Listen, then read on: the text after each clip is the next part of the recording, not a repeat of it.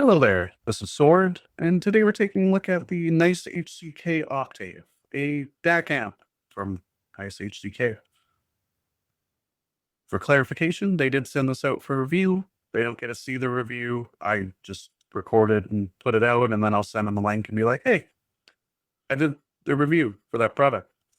But they have no influence or say anything. We don't really talk after they send the product, and I let them know it's here. I like this thing.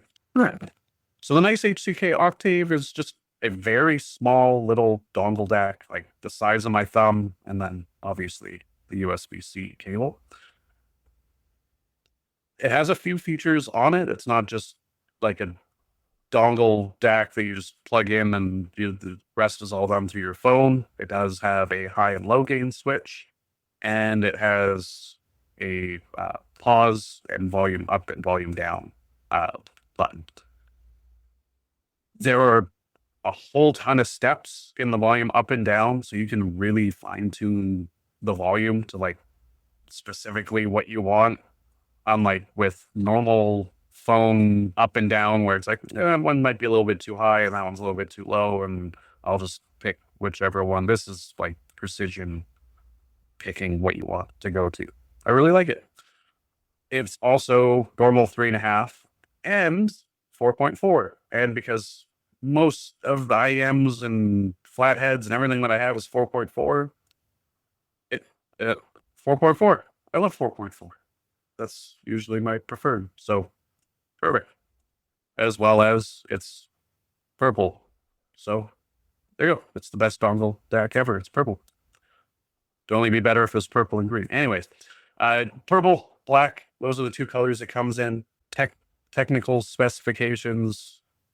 I did do a bunch of testing. 768 kilohertz by 32-bit PCM. Yep, goes up to that, no problem.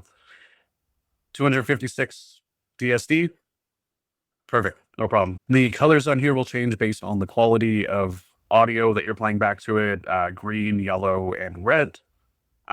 It seemed to accurately change while I was listening to Tidal on my phone or on the computer, in exclusive mode on the computer. And if I was using MusicB for DSD files or just any of the files, when it switched to DSD, it would properly switch. So that's perfect. That's what you want. You want to be able to switch and decode your audio as it should. As for power, at 32 ohms, it's 150 watts for the 3.5, and it goes up to 550 watts for the 4.4 at 32 ohm, which is quite a bit of power in a little thing this size. And I can say it powered everything I had at it admirably. A long time ago, I had the Topping DX1, and I had issue with some flatheads that it just didn't have the power to do. And for the Hi-Fi Man HE400 SEs, I found that it just didn't have enough oomph to power those things. I had to have that thing cranked.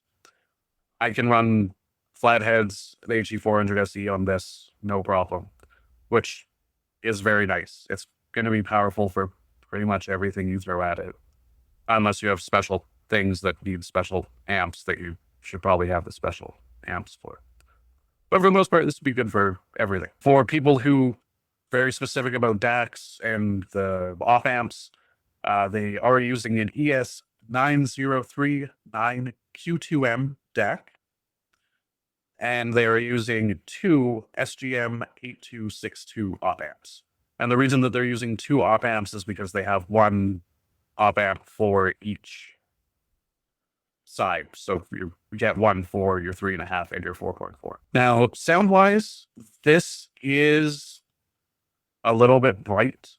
I didn't have any issues. I heard from some people that they had noise floor issues with this. I didn't have that at all. From what NiceHCK was telling me, they said that this is the upgraded version with the newest firmware, so maybe there was an issue, but that was fixed.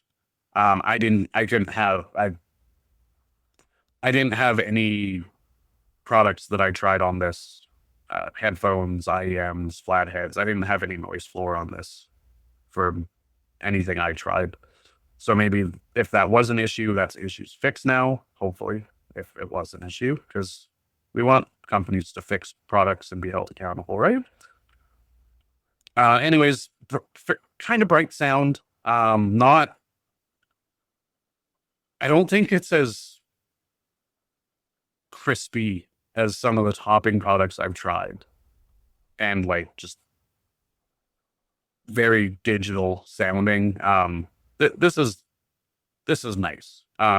It's just a little bit bright, which I mean, depending what you're using, could maybe not be a good mix. But I mean, that's the point of DAC amps, is to try to get one that's going to match what you're using.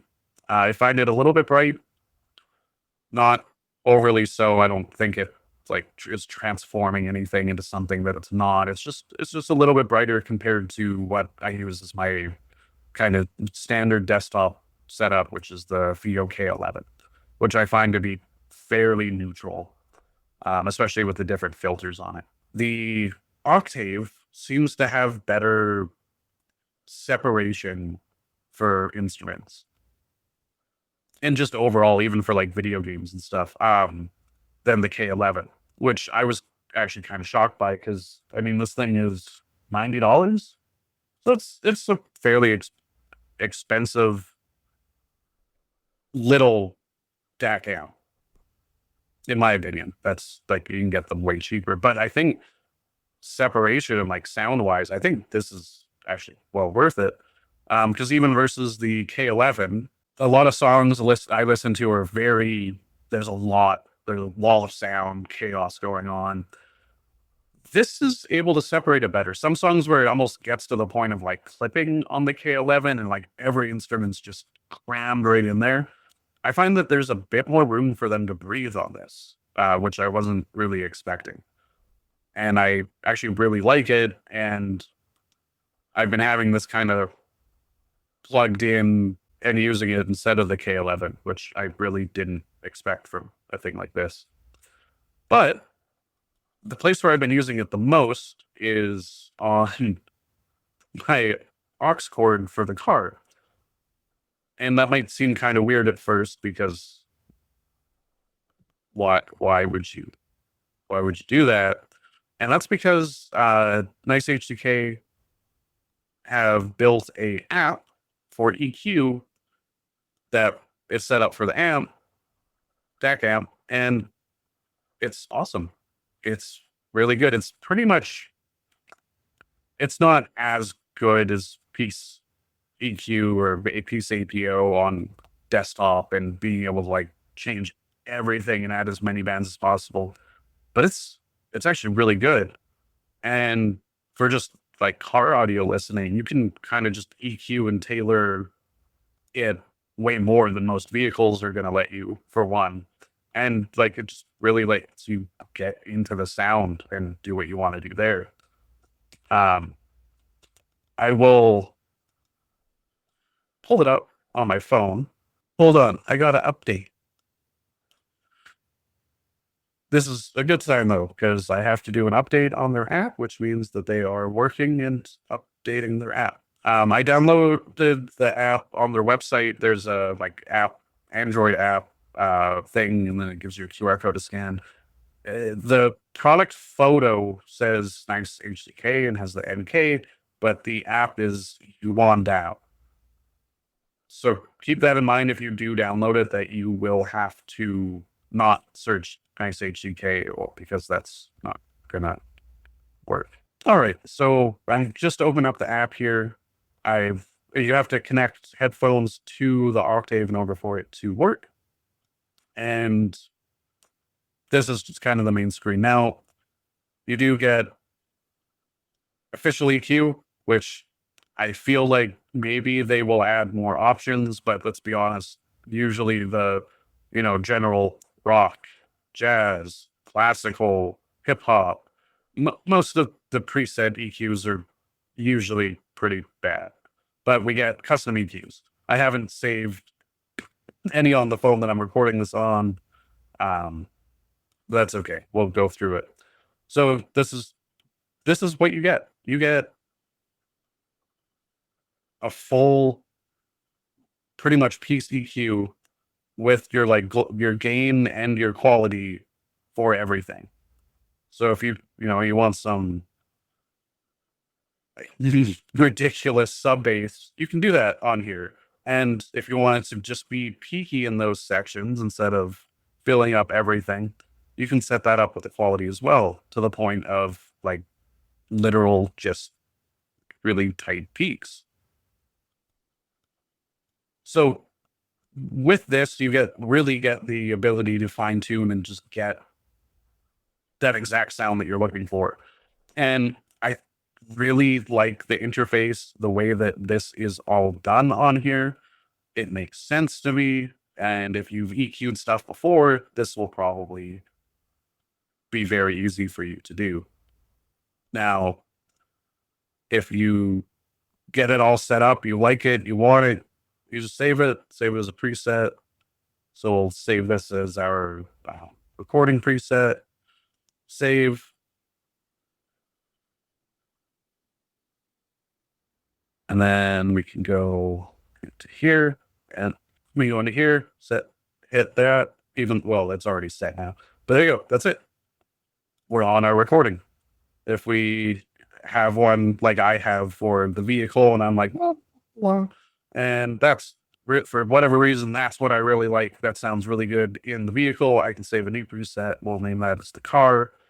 I hop in the car, I listen to that, and I get home and I'm listening to my headphones that I like and I want this. I just press that. It's very easy. It's very simple. And anyone who's done any little bit of EQing before, this is going to be easy to do.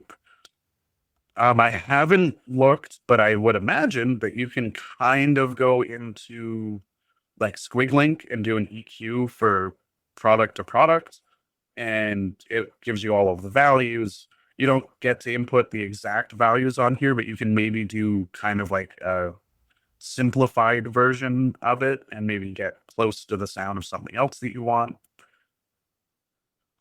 I really like this, and I think it's an amazing inclusion and really adds to the value of the $90 that they're asking for this, because it's just a nice extra little thing that I don't use a lot of EQ, but I use this in the car now, and I use an EQ with it because I can, and that wasn't really an option that worked well with a lot of other apps before, but it's built into this, and it seems to work very well.